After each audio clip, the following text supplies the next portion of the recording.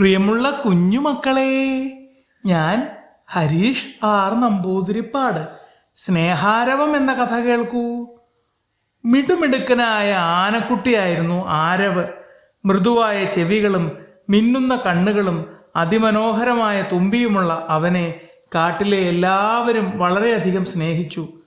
ആരവ് ശബ്ദമുയർത്താൻ ശ്രമിക്കുമ്പോഴൊക്കെ ഒരു കുഞ്ഞിൻ്റെ മധുരമുള്ള കൊഞ്ചൽ പോലെ കേൾക്കും.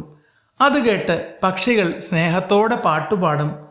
കാടിൻ്റെ ഓമന കുഞ്ഞാന, കാട്ടുമൃഗങ്ങൾ തൻ കൂട്ടാളി, കുഞ്ഞേ കുഞ്ഞേ വളരുക നീ കുഞ്ഞോമനയാ എന്നെന്നും.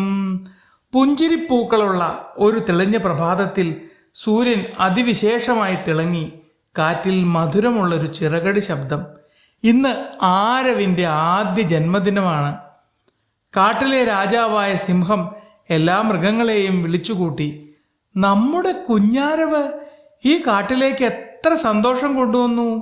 ഇന്ന് നമുക്കവൻ്റെ ജന്മദിനം ആഘോഷിക്കാം, അദ്ദേഹം സന്തോഷത്തോടെ പ്രഖ്യാപിച്ചു. അതെ, ഏറെക്കാലം കൂടി ആ കാട്ടിലുണ്ടായ ഒരു കുട്ടിക്കൊമ്പനാണ് ആരവ്. കുരങ്ങുകൾ പച്ചിലമാല ചാർത്തിയും കിളികൾ പൂമാല ചാർത്തിയും മരക്കൊമ്പുകൾ അലങ്കരിച്ചു. ശലഭങ്ങൾ സന്തോഷത്തോടെ പാറിപ്പറന്നു. സവിശേഷ മുഹൂർത്തത്തിൽ പിറന്നാൾ കോടി ധരിച്ച് തൊപ്പി വച്ച് ആരവ് കുട്ടൻ അടിവച്ചടിവച്ച് നടന്നു വരുന്നത് കണ്ടപ്പോൾ കുട്ടിക്കുരങ്ങന്മാരും അണ്ണാന്മാരും മാനുകളും മുയലുകളും എന്ന് വേണ്ട കാട്ടിലെ സകലരും ഒരുമിച്ച് ആഹ്ലാദ ആരവം മുഴക്കി. Happy birthday Aarav.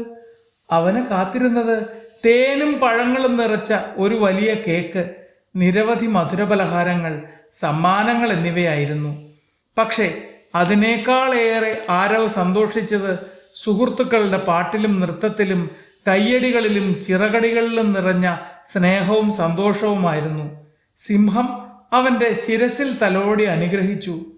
കുഞ്ഞുമോനെ, മലകൾ പോലെ ശക്തനായും നദി പോലെ കരുണയുള്ളവനായും ആകാശം പോലെ സന്തോഷം നിറഞ്ഞവനായും നീ വളരട്ടെ.